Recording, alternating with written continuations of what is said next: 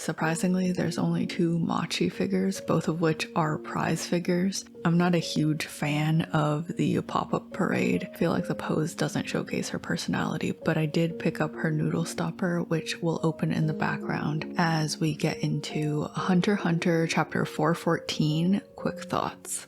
Another Togashi yassification has hit the boat. This time it's 7th Prince Loserus getting the facelift, a rhinoplasty, eye enlargement, even the underlying bone structure of his face has changed since his introduction. Personally, I thought he was already mighty handsome before, but that's an opinion from someone who didn't mind my precious melody, so regardless, this means Loserus is about to become plot relevant before he potentially dies.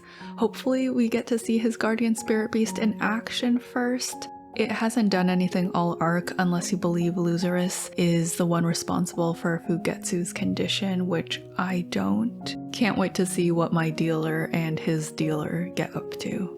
Oito is a prince. She's a prince, guys. Look at this imagery. Queen Oito sitting in a chair which resembles a throne.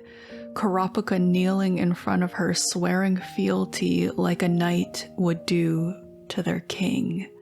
I instantly got chills from this panel, yeah.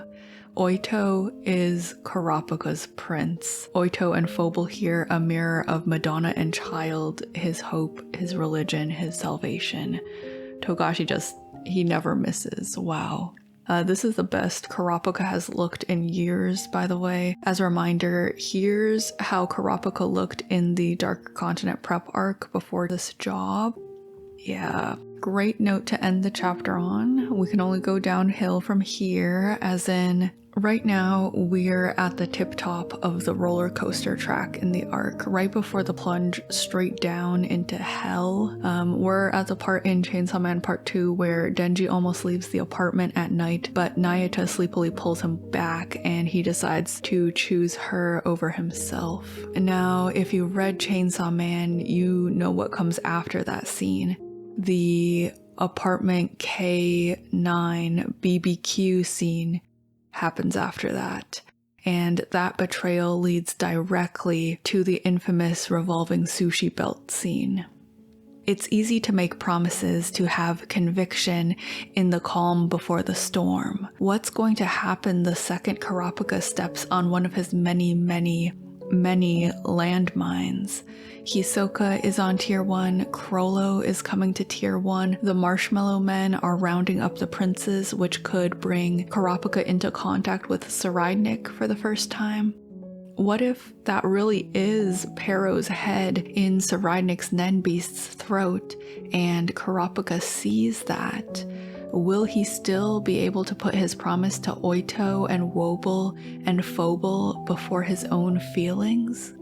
Kurapika, please don't fuck this up. Kurapika, please. The consequences won't just be consequences for himself now that he has loved ones depending on him. It's only the last panel of the entire chapter that's making me spiral a little bit. Togashi is introducing a new factor in the arc with the post office plot point, and I'm terrified what it's going to end up being. With this outside communication lane, the possibilities are endless. Best case scenario, it allows Kurapika and co. to confirm Prince Wobble is actually not on the ship. Worst case scenario, it's going to complicate the situation on the Black Whale even more somehow, maybe by introducing even more characters or factions, or possibly by introducing new information back from the mainland. Before chapter 414 dropped, I'd actually completely written off Wobble not being on the ship as a possibility, wrote an entire paragraph of my reasoning which included how Oito worded certain responses during her dowsing chain interrogation in 412, but after this chapter, I'm starting to think it's genuinely a possibility Togashi has removed Wobble from the death game entirely by setting her location to not on the ship. that of course would bump us down to 13 participants, and that's a no-go for the ceremony, so I will be introducing another participant later in this video, one that I have not yet talked about. Are you ready for this week's discussion topics? Aye aye, Captain! Let's begin with just who do all the spirit beasts in this first spread of them in chapter 360 belong to? And is it really possible the jellyfish could be Oito's guardian spirit beast? There are 5 different guardian spirit beasts in the spread, 3 whose owners are known and 2 whose princes are debatable. The known first, the big mouse is 12th Prince Momose's, the long dragon is 13th Prince Yami's, and the black pollywog unknown looking things are 6th Prince Tyson's. The 2 beasts whose princes are unknown are the long worm-like thing hanging from the ceiling and these black spotted jellyfish floating around. Thankfully for this mystery, at least, the pool of potential suspects is limited to just the princes. That's 14 known princes. Removing Momose, Yami, and Tyson leaves us with 11. Then we can also remove everyone whose beasts show up at the party in the ceremonial hall, which was happening on the other side of Tier 1 at the same time as the scene in room 1014. That's Benjamin, Zongle, Saraynik, Tsubepa, Halkenberg, and Camilla. None of their beasts except Camilla's look anything remotely like either the worm or the jellyfish, so they're safe rule-outs. Although I do think the distance and the fact it'd be double dipping for Camilla's beast to appear twice in this Nen Beast introduction alone rules out Camilla from being the host of either the worm or the jellyfish, and personally I do not believe she is. I will leave Camilla on the suspect list for our more specific arguments later for each candidate, since she's a popular guess for both in the fan base. After taking off the party attendees, we're left with the other princes who were in their rooms at the time, whose beasts we haven't already assigned to the 3 known beasts, which is Sale Sale, Luzurus, Fugetsu, Kacho, and Wobble. Sale Sale is dead, his beast is dead, and it did not resemble either the worm or the jellies, so I will cross him off the candidates list, leaving us with Luzurus, Fugetsu, Kacho, Wobble, and maybe Camilla. Assigning the possible candidates to their possible beast, for the worm leaves us with Fugetsu or Camilla as the host prince, as the worm looks nothing like Luzurus's beast, and for the jellyfish, the possibility list is longer at Luzurus, Kacho, Wobble, Camilla, or a 15th mystery prince, which would be Oito. Let's do the worm first. Many people, including myself, at first glance assumed this worm in 360 was just a form of Camilla's Nen beast, which has a notably long tubular shape. While the physical resemblance is vaguely similar, the 2 beasts are not identical. Camilla's flaring out more at the top and the bottom with scales and anemone-like petals up top. The worm, on the other hand, is very long and segmented, like a certain structure a certain other prince's beast is named after. The timing is the biggest factor in debunking Camilla as the worm's owner to me. While Momose and Yami's beasts show that beasts can transform and take on other appearances, 360 and the chapters following it, which depict the party and Camilla's beast at the party, are all happening at the same time, if not very immediately after one another. It makes little sense to me that Camilla's beast would look one way with her in the ceremonial hall, yet somehow also be all the way across the tier in room 1014 looking completely differently. Unlike Tyson's tadpoles, which only traveled a short distance from room 1006 and are small emitted objects from her beast, the worm looks like an entire massive different beast from Camilla's completely. Which just leaves us with one suspect for the worm, and I honestly now think that this is the correct answer. The worm is Fugetsu's guardian spirit beast, which is, well, what do you know, called Magic Worm, and is based off a play structure with long segmented tunnels. Putting the panels side by side, what do you think? Not altogether too dissimilar, right? It's easy to imagine Magic Worm's tunnels looking a bit like the big tube-like worm shooting Fugetsu around the ship. Now, why did Togashi change how Magic Worm looks? I don't know, but I'm just thankful he did change it so we don't have to see Magic Worm Vor fan art. You know what the internet is like. Which brings us to the Jellyfish and our mystery of the hour, the Spirit Beast number 5 mystery. What we have on our hands is a U.N.C, an unidentified Nen creature / caster. Silent Majority is my favorite UNC, but the Jellyfish Nen Beast, a close second. Camilla Jelly. There is no close association between jellyfish and anemone, apart from the fact they're both sea creatures that sting. Jellyfish do not live in anemone, it's clownfish that do. Actually, anemone are known to eat jellies they manage to snare. Camilla's Nen Beast is also not a straight anemone, it merely looks inspired by one in the general shape and upper area. The bottom half resembles more a dress to me, referencing Camilla's passion for fashion, and we have not yet seen what lies at the very top, which may be a different design reference altogether.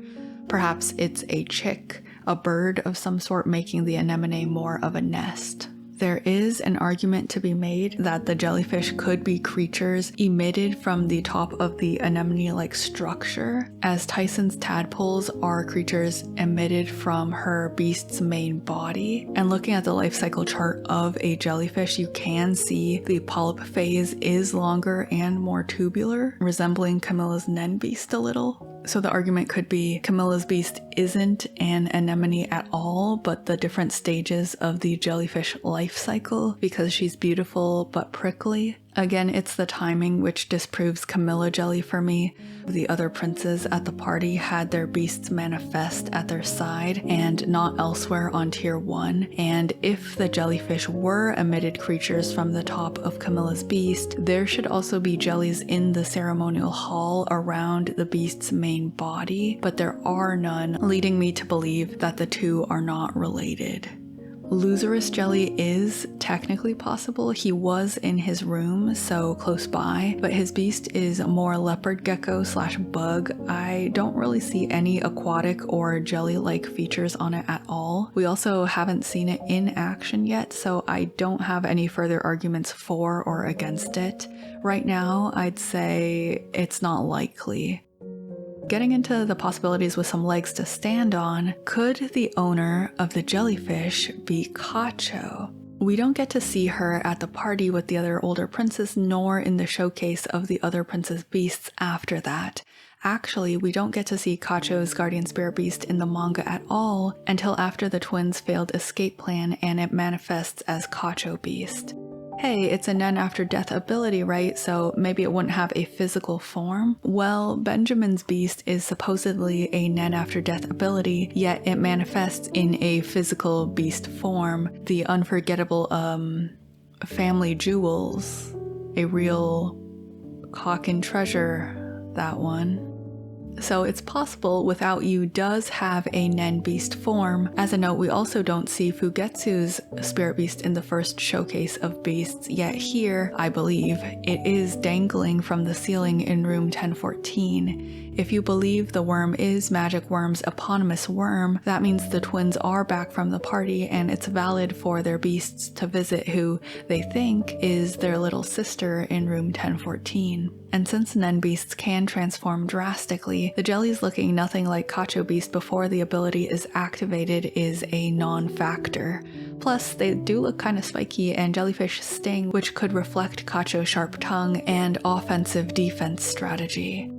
HxH Jelly would be cute because it means she truly is always with Fugetsu. Even their beasts came to explore 1014 together, but it would also be kind of fucked up. Her guardian beast being a jellyfish, a sea creature, when she died in a lifeboat in the ocean and is now swimming with the fishies. Well, Kacho is dead, so wouldn't this be one of those hand-waving answers? The identity of the jellyfish's beast's host doesn't matter because that prince is dead anyhow, so don't worry about the mystery. Well, not exactly. You see, Kacho is dead and can no longer influence the story, but in this rare case, her beast itself is very much still a piece on the board. If the jellyfish were without Yu's original form before transforming into Kacho Beast, perhaps that could open up the possibility that as Fugetsu deteriorates, both mentally and physically, Kacho Beast's appearance begins to lose structural stability as well, reverting to a jellyfish-like state. The two of them are two sides of the same coin after all, codependency so intrinsic to their characters. In chapter 358, Togashi drew them literally co-joined by the black fill of their shirts. With Fugetsu doing so poorly recently, it's entirely possible Kacho Beast begins to slip as well. I'm a big fan of body horror, and this possibility could net us some tasty, multi-eyed, face-melty Kacho Beast drawings as she starts degrading back into her original alien-looking form. After all, Fugetsu already no longer believes Kacho Beast is her sister. Kacho Beast's appearance sloughing off slowly to emphasize her alien nature would be delicious. It's just not fair Tserriednich gets all the 200% effort super scary dark shaded pages. The other princes can have some jump scare moments too. Share the love a little, you know? Second possibility, the owner of the jellyfish could be Prince Wobble. If you believe Wobble is already on the ship and is an eligible participant, maybe if you believe the child in the cradle in Unma's room on Tier 1 is Prince Wobble, perhaps she was close enough her beast could travel to check up on her mother in room 1014. If you believe Wobble is a valid death game participant, actually, that means she had to be not only on board the Black Whale, but physically on Tier 1 during the time frame the spirit beasts were spawning, because she had to attend the party in the ceremonial hall on Tier 1. Attending the departure ceremony was one of the conditions of death game participation.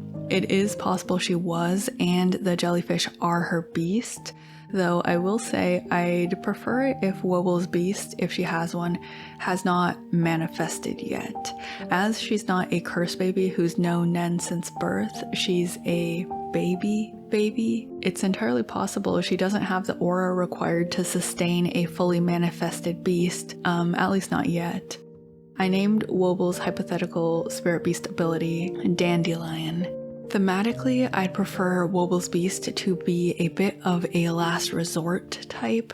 Since she's so young and weak, she can't afford to have a parasitic beast constantly draining all her life energy. Dandelion is a one-time use power, a beast which only activates once after slowly collecting little balls of Wobble's Nen like glowing bits of seed fluff throughout the course of the entire voyage. The user, Wobble, grants this one-use power to a guardian of her choice, whereupon the designated guardian can blow on the little ball of aura motes to make a request, a wish. By giving her power to another, Wobble entrusts them with both her hope and her safety. It's the one last resort she has to protect herself, so this action of trust leaves her vulnerable to backstabbing, open to the possibility the wish will not be made with her best interests in mind. This risk increases the wish's power. This is just my preference, since I like the thematic contrast between vulnerable baby Wobble and superpowered Phobal, who'd basically be like Jack from The Incredibles if he's a curse baby and has known Nen since birth. The wish is a boon, yes, but more than that, it would be a test. If something like this really is Wobble's Nen Beast ability, it would be a test for the Guardian, who in this case would of course be our very own red-eyed rat zodiac Kurapika. Much like the ultimatum Fire Devil gave Denji, it would be a choice which would come at a critical point, perhaps in a fight between Kurapika and Tserriednich. It would be a choice between Kurapika's own selfish desires, his quest to retrieve the eyes and or to avenge Pero, the past, and a person depending on him, wishing for an exit or some way out would prioritize Wobble, the future, and making the wrong choice would spell disaster. Not because Wobble would punish Kurapika. Even if Kurapika made the selfish choice, Wobble would continue to love him. Even when Denji made the selfish choice, Nayuta continued to love him. No. It would be the entire rest of the world who would punish Kurapika if he failed and got Wobble killed or pickled. There's no magic dog to save the day, reset the timeline in this series. There wouldn't be a second chance. This is Kurapika's second chance. Dandelion, by the way, is a reference to the song Dandelion by Go-Go Vanillas, which is my favorite song from the Sakamoto Days anime soundtrack, the source material of which has the base message that even assassins with bloody pasts can find hope and a place in the world again by forming connections and protecting the people they love. Link in the description if you want to listen, it's very good, and the repeated sentiment that it's not too late for Kurapika. Yeah.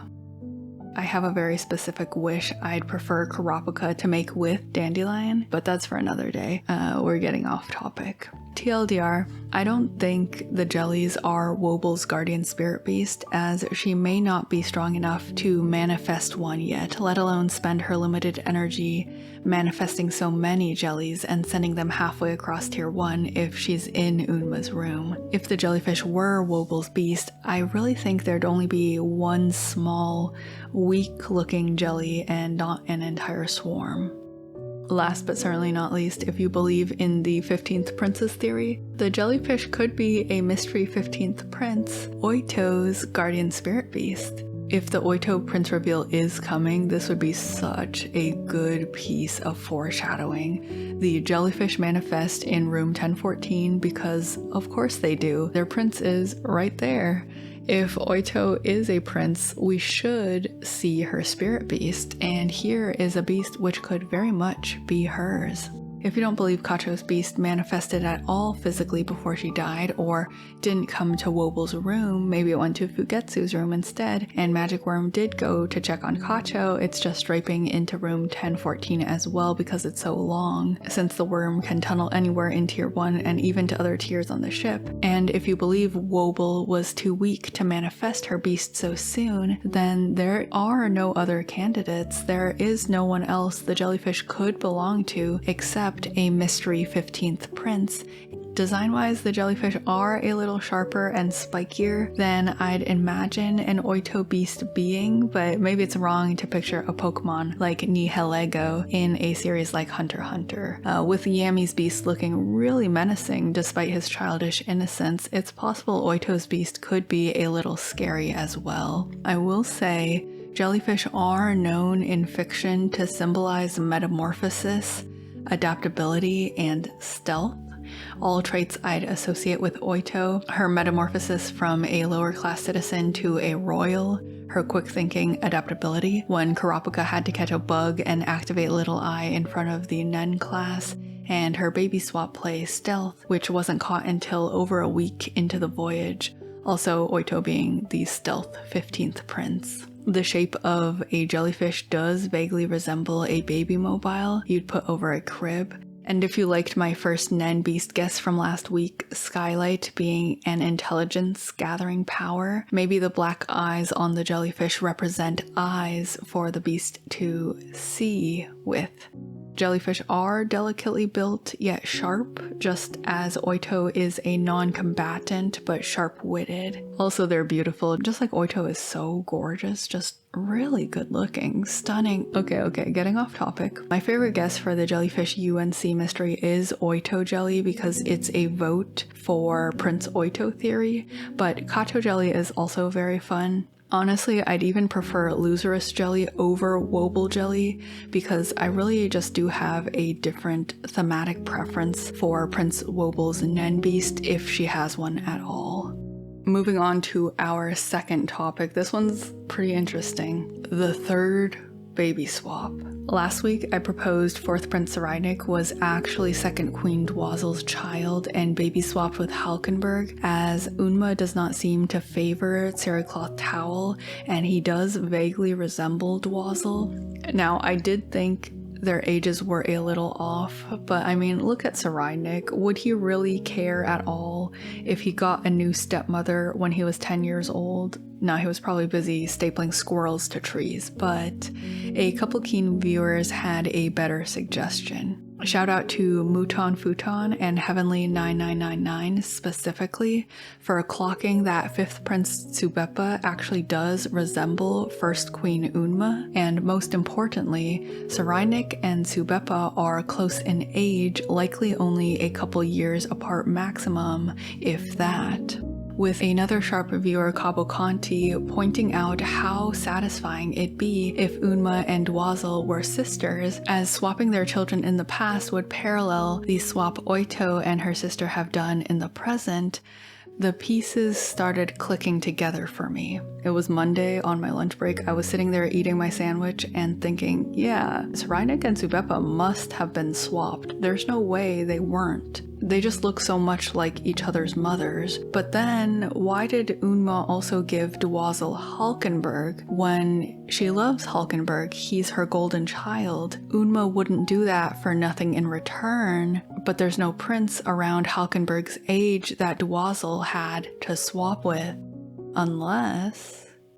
Guess who just so happens to fit perfectly in the age range space between Halkenberg and Cacho? Yeah, that's right. Oito is also in her early 20s. And if she's the 15th prince, her mother would have to be one of the older queens. Oito is 2nd Queen Dwazil's child, and she was swapped with Halkenberg at birth.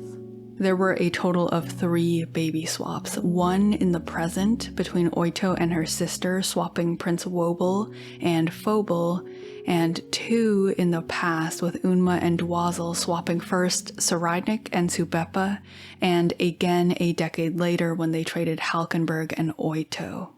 Yeah, this is it. We figured it out together. Theorizing for me is always a bit like tossing every piece of information into a burlap sack and shaking it around until somehow they come together. This time we've pulled out of that bag a fully formed and loaded gun. The funny thing is, before even realizing Oito was swapped, I had made this graphic last week because I wanted Oito to be Saraynik's biological sister, since it would make their contrast even funnier as character foils, with Terror Sammy embodying the Antichrist and Oito and her child being a near one-to-one parallel with how the Virgin Mary and Jesus are depicted in art. But I hesitated because that would have left Dwazil with 5 children, since Saraynik and Tsubepa were so close in age. 5 kids is not unheard of, but you guys pulled through with the Tsubepa trade revelation because that offloads 1 kid to Unma, making the end distribution much more reasonable. Oito and Halkenberg being traded means Unma ends up with 3 biological children, Benjamin, Tsubepa, and Halkenberg. And Dwazil ends up with 4 biological children, Camilla, Saraynik, Lucerus, and Oito. Saraynik and Oito fathered by Beyond. Yeah, this is it. It's just the first trade of Saraynik and Tsubepa that I don't really have a grasp of the motivations behind, and of course the why is very important to me. I can posture a guess though. It's possible Terror Sandwich looked so freaky as a kid. He came out of the womb looking like the Dororo baby and scared Dwazil so bad she wanted him gone, and Unma didn't want a girl, so they traded. I'd have to think about it a little bit more. The second trade though has Beyond's fingerprints all over it. With where Oito ended up, it's completely possible Beyond told Unma to demand a trade, and Dwazil couldn't turn her down since Dwazil requested the first trade. So Dwazil got Halk and Unma got Oito, at which point she pretended baby Oito died and sent her off to the slums where the rest of Beyond's plan unfolded. Beyond, what kind of woman is your type? All of Beyond's kids we've met so far have been incredibly intelligent / strategic. I'm talking about Longhee, Firikov. He's just blinded by his bromance when it comes to Benjamin. Saraynik, Oito, and even Phobal if you see him as a curse baby. Phobal's first action on the boat, by the way, was to call Kurapika Dada, which made Oito trust Kurapika again. That baby has them both twined around his finger. If I had to guess, I'd say I think Beyond likes strategic, intelligent women, and that's potentially Dwazil's character archetype. Where Unma is easily manipulated, Dwazil is more reserved and observant. There is always the possibility she is a vegetable, like Morena's mom, meaning Beyond could manipulate her even easier, but I think it would be more fun if Dwazil was a strategic player, an actual factor in the game. The Succession War has major historical palace drama energy with the setup, and the heirs' mothers are always major players in palace politics, so I'm honestly surprised it took until now to see a queen make a play in the game with Unma's sabotage of Ben to support Halkenberg. I suspect it won't be the last time a queen makes a move, far from it. Dwazil, do something evil, come on, I believe. Why relegate her to a mere piece on the board when it'd be so much more fun if she were a factor actually making plays?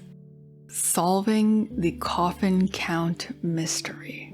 One argument I've seen against the 15 coffins equals 15 princes theory is all the princes will get a coffin because Nasibi will wring them out like sweaty towels and drink their nen to reign forever as the immortal king of Coffin.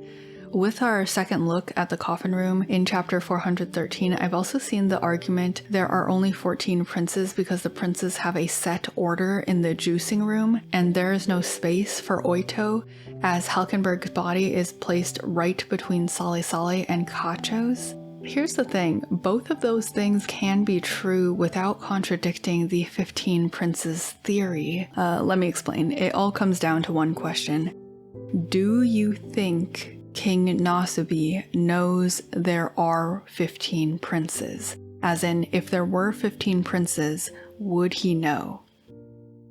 I think it's very possible, especially if you believe Oito's father is beyond Netero, that Nasibi does not know there's a 15th prince.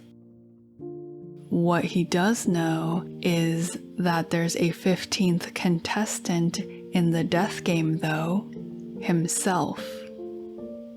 King Nasibi is a participant in the Succession War.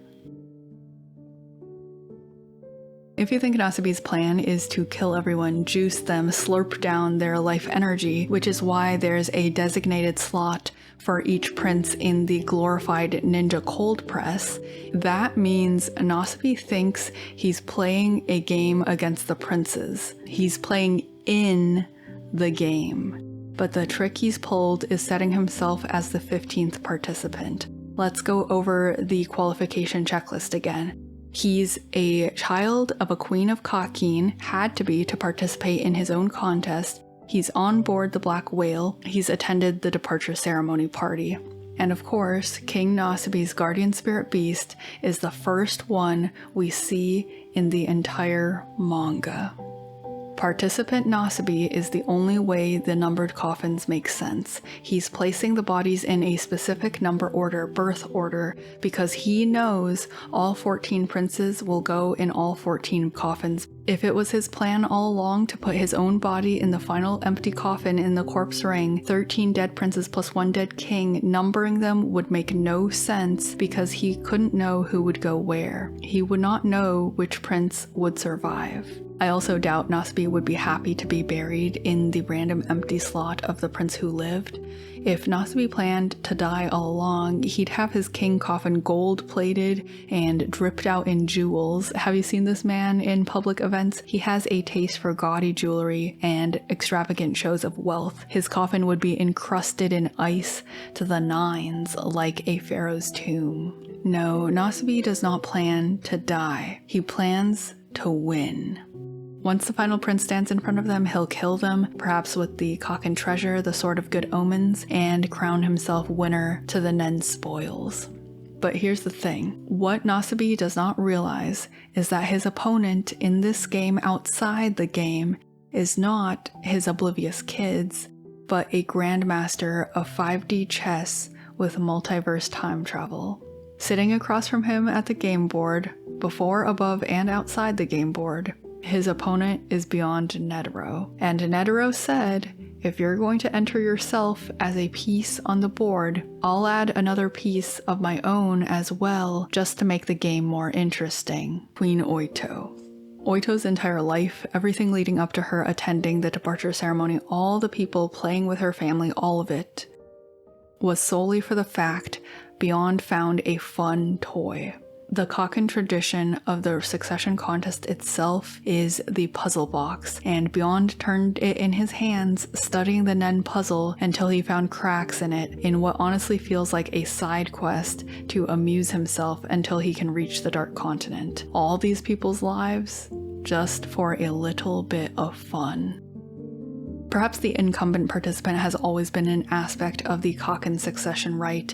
The new king must defeat all their siblings and the current king to win a taste of that sweet, sweet Nen nectar.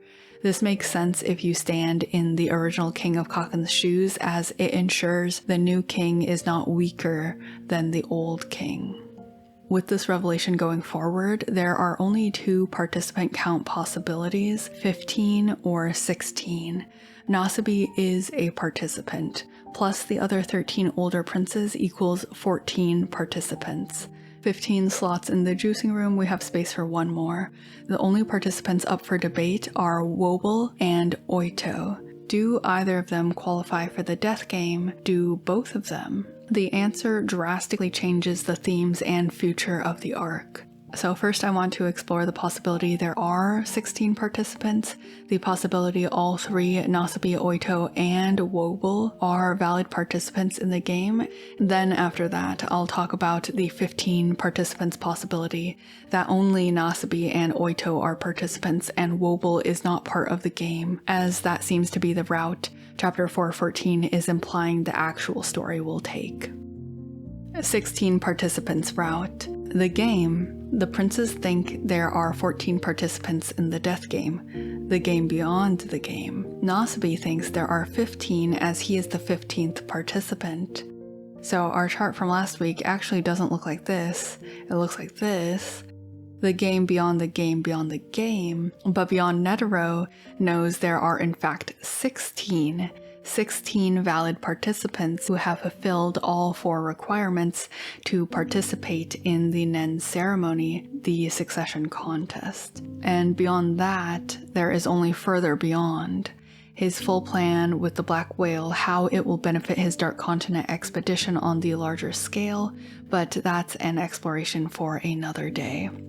If Wobble is on the ship and is a valid participant, how would Beyond ensure Nasabi doesn't qualify to participate in the contest and Oito does? The answer? I don't think Beyond wants to ensure Nasabi doesn't participate. Actually, I think it's the opposite. Beyond wants to invite Nasabi to play himself. With 16 participants and only 15 coffin room slots, he's turned the succession ceremony, this holy Coffin rite, this revered tradition, into a game of musical chairs, making it so Nasabi can no longer afford to sit on the sidelines waiting for things to play out and the other participants to kill each other like he did in his original game. Nasabi's using his old strategy again in this new game.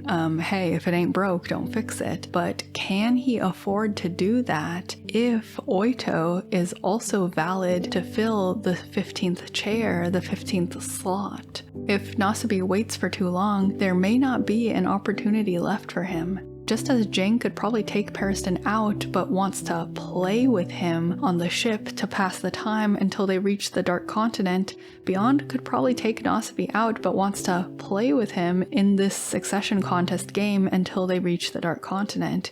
He wants to see the moves Nasabi makes when he has to adapt and come up with a new strategy. These selfish motherfuckers. I'm saying it with a smile though because I love spectating 5D chess. This would be horrible news for Wobble, who is now competing against her own mother. Horrible news for Oito, who now has to beat Saraynik and her own baby. Horrible news for Kurapika, who now has 2 princes, targets, and a curse baby bomb to protect. Great news for fellow shonen fans, though. And it's not that Beyond is saying an egotistical, corrupt monarch shouldn't be re-elected for a second term. Beyond is saying the incumbent shouldn't have the chance to off-guard the final prince, because that's not proof Nasabi is stronger than them. Beyond is saying the strongest, most worthy contestant should win, so Nasabi should have to scramble in the jar with the rest of the worms. And participant Nasabi does not come out of nowhere. The first time we were shown all the princes, the participants of the death game after the seed urn ceremony, implying they've all ingested a spirit beast seed, is chapter 349. Take a look at who's been in the frame right here the entire time. 15th participant, Queen Oito, and right there in the background in a gilded frame, a full body picture of 16th participant, King Nasubi. From the beginning, he was there all along. Right in front of our eyes the entire time has been the full participant list. He's also center top on the cover of volume 35, looming menacingly above the other princes with a smirk on his face, like he knows something that they don't. And he does know something they don't. He knows that he is a participant. For the 16 participants branch, there's the issue of the extra participant, of course. In this case, there is no set roster for the participants, it's only the number itself, which is set. There will be 15 candidates, but who are they? That's part of the contest as well. It's not just Nasabi's chair, which isn't guaranteed, it's everyone's. 16 participants, only 15 slots in the death game. The weakness in Beyond submitting Oito to compete for Nasabi's slot is Nasabi doesn't have to fight Oito. He can choose to fight, quotation marks, Wobble instead if they're the final 2 participants. Nasubi can quite easily ensure his final conflict isn't difficult if the struggle for the 15th slot isn't between Nasubi and Oito or any other grown prince. Nasubi can just shove Wobble aside and take the winner's spot without a fight. In this route, this is where the curse babies come in. The curse babies, and specifically the curse placed on Wobble, are ways for Beyond to control which princes get slots if he needs to. All he has to do is detonate the Phobal Curse Baby bomb, instantly killing Wobble, cementing her a coffin. Phobal bomb ensures Wobble will never be one of the final 2 participants. Wobble being one of the final 2 participants means the final fight for the winner's chair would be boring, so Beyond will trigger Phobal bomb before that happens. With 16 participants, Prince Wobble has a 0% survival chance if the death game plays out to completion, meaning that the Nen Exorcist search is top priority. Those who don't get a chair aren't necessarily spared either. What if they're devoured by their Nen beast completely and turn into a poor, unfortunate soul, like the ones haunting Fugetsu? They put their blood in the urn vowing to fight for the throne, but their resolve was so weak they couldn't even secure a spot as fertilizer. That's a Nen breaking of a promise in a way, right? There might be consequences. You betray the beast by not securing a slot in the juicing room. The beast juices you instead. In other words, the Succession contest is a glorified game of musical chairs, which of course Beyond would love. This time there are 15 chairs and 16 contestants, the 14 regular chairs and 1 king chair. The goal is to sit in the king chair, or the little tubule in the middle of the coffin room, for the victor, but securing any chair is better than no chair at all. Failing to secure a chair gets you turned into mojito jerky. What happens if the final two participants both die? Actually, that's a question that applies even now in canon. What happens if all the participants in the entire death game die right now simultaneously from some freak accident? What if at the departure ceremony, right when the death game started, Nosby fed everyone the Jonestown Kool-Aid and drank a cup himself, and there was no winner left alive? Surely there would be some kind of catastrophic Nen effect, I'm imagining. All that Nen in the juicing room with nowhere to go? Nen concussive pressurized explosion that sinks the ship and thus symbolically sinks the nation of Coffin, perhaps? Also, what happens if a prince has no slot in the juicer and no guardian spirit beast? Actually, does losing your guardian spirit beast remove you from the contest? After Solly's beast was eaten, could he have theoretically escaped the ship on a lifeboat? Perhaps we don't just need a Nen exorcist. Maybe to save Wobble, we need both a Nen exorcist and for Rihan to eat Wobble's Nen beast. Now we'll take a look at the other possibility, which I think is more likely to be canonical. 15 participants, the full roster. Here's some hopium. Nosby as the final participant allows for the possibility Prince Wobble is not on the Black Whale and is not a valid death game participant. With both Oito and Nosby as participants, that fills the Magic Twinkie Tray's 15 slots perfectly. In this case, instead of submitting Oito to compete with Nosby for the final slot, Beyond has exchanged a less fun and less capable participant, Baby Wobble, with Oito, who can at least strategize, manifest a Nen beast, and, walk and talk. It doesn't quite light as much of a fire under Nosby to act, but if the contestant count is locked at 15, this might have been Beyond's next best play with Oito. This feels likely. To believe this set of 15 characters are the true roster of participants for the death game, you have to believe Oito is a prince.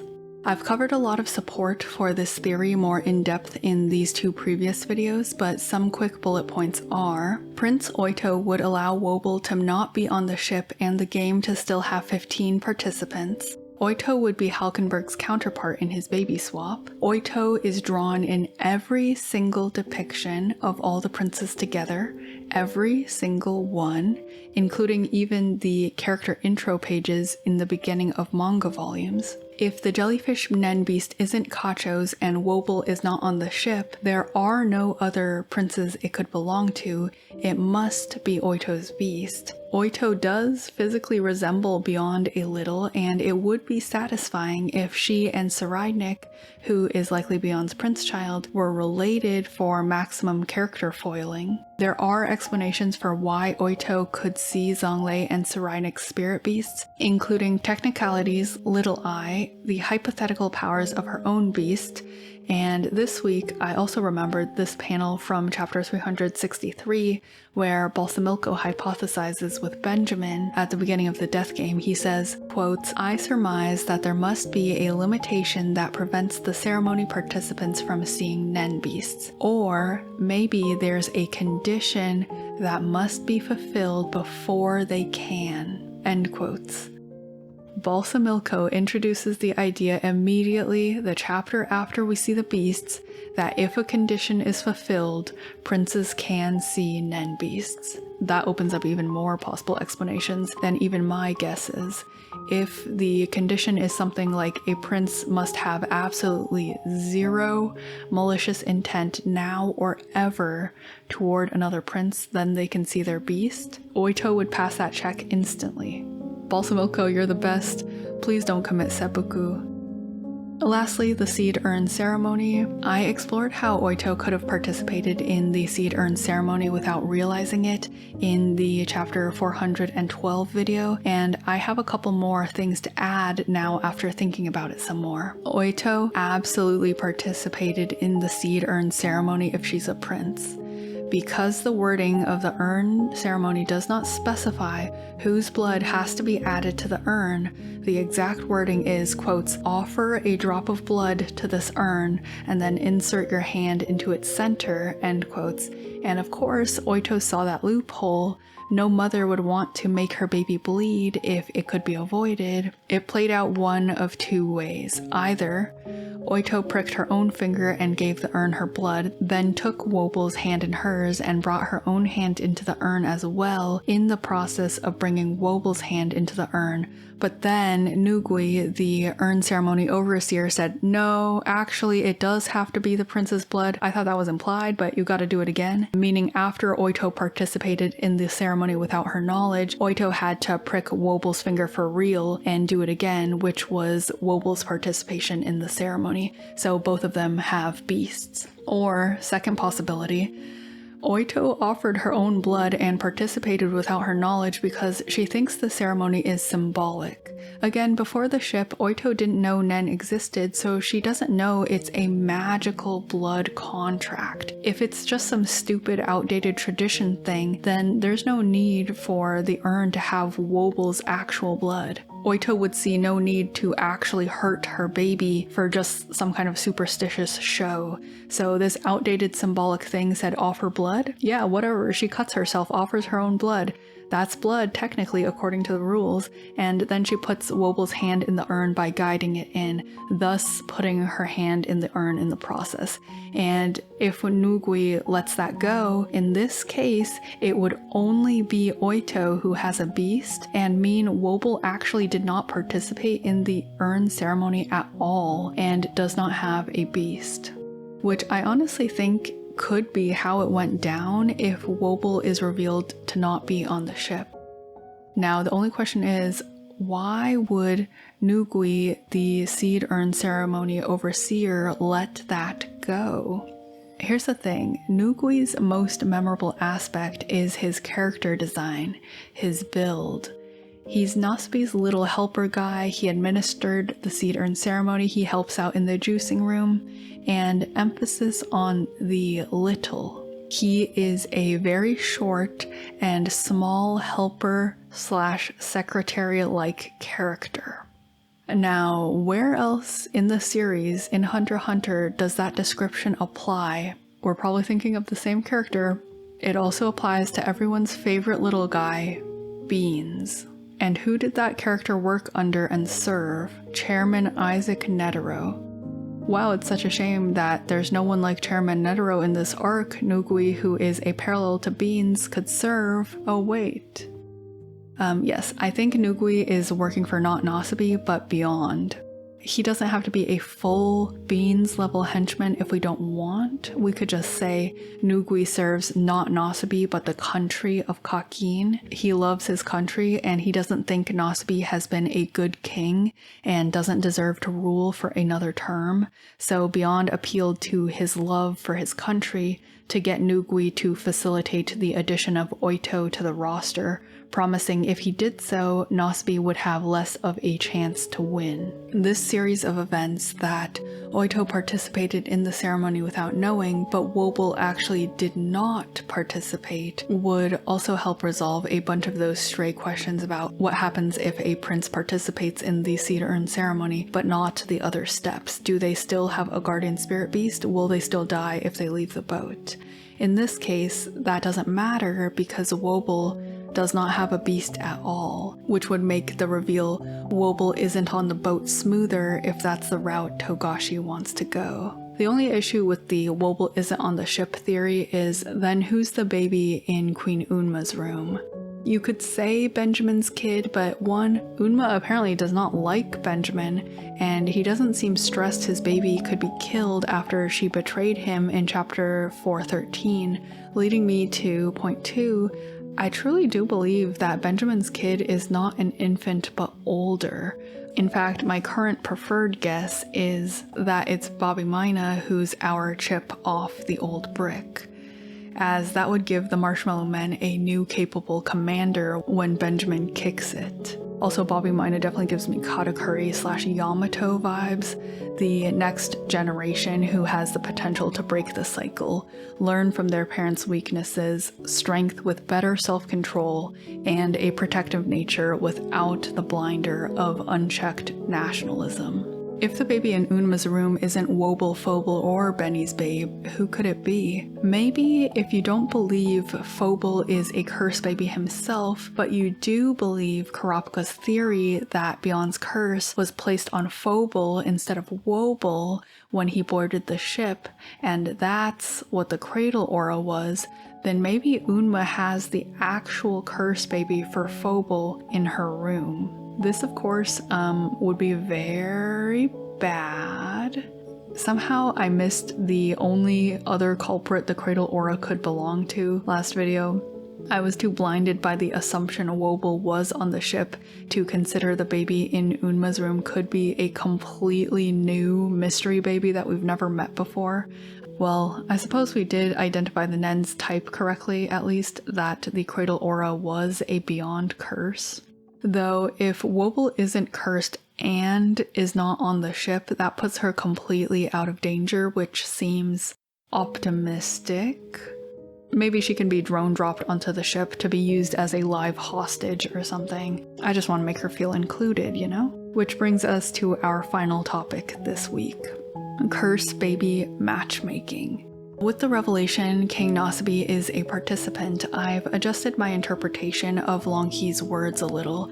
Previously, I assumed some princes like Saraidnik may not have curse babies since the wording very carefully emphasizes Longhee is only certain of 10 strong curse babies, though there may be more. After realizing King Nasabi is a player and he certainly does not have a curse baby, I now think it's possible every player apart from Nasabi has a curse baby, and this wording was mostly just to obscure the fact there are 15 participants, one of which is the king. Though perhaps Saraidnik does have a curse baby after all. As Aaron441 noticed last video, it seems Salkov, Theta's bodyguard partner and the one currently taking over teaching duties for Saraidnik, has known Nen since birth and is likely a Beyond curse baby.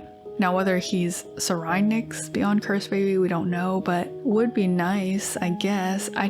I simply cannot see a single universe in which a curse baby is going to take out this monster. He's straight up going to tank it, parallel future dodge it, or some other bull. I mean, we all know that Theta is doomed, but after this realization, I think both Theta and Salkov are doomed. Either one or both of them are going to be biting the dust very soon, especially since Saraidnik's about to start applying Nen restrictions because Kurapika revealed that information in chapter 411. As for the other prince's curse babies, we do know that Benjamin's curse baby supposedly is Furikov, but I truly do believe that Beyond would never have activated that curse baby. Look at the genius play that he's kind of pulled off through Unma here, just by the mere threat of there being curse babies alone, that has led Benjamin down the death path. I really do think the chance of activation for Furikov's curse was always 0%, which is really messed up. Of course, that's only the second most messed up possibility. The first most messed up possibility is Furikov isn't even a strong curse. He's a weak curse, and he could have never killed Benjamin in the first place. It's just the possibility of that led to Benjamin's demise. That would be so jacked up because it means when Benjamin dies, Furikov won't even get the luxury of dying with him. I did have another thought as well about the potential curse baby situation. Would it not be super ironic if Camilla's Beyond curse baby was a have-not? For example, Sarahel. So when she tries suicide bombing Phobal and it doesn't work because Phobal already has a stronger curse on him, the have-not dies, and that also kills Camilla in a way where her Nen ability couldn't save her since her killer would have no life left to milk. The only problem with this is, would Beyond waste a curse activation on Camilla, who really isn't that much of a threat I'm sure there are other ways to kill her despite her ability.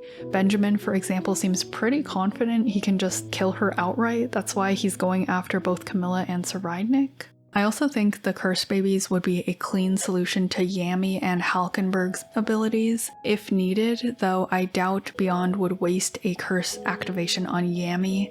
Maybe Halkenberg, for example, if he transfers a couple more times, it's going to be difficult to even tell which body Halkenberg is in. Also, hey, if Oito is a prince, that means she has a curse baby. And yeah, it's Longhee.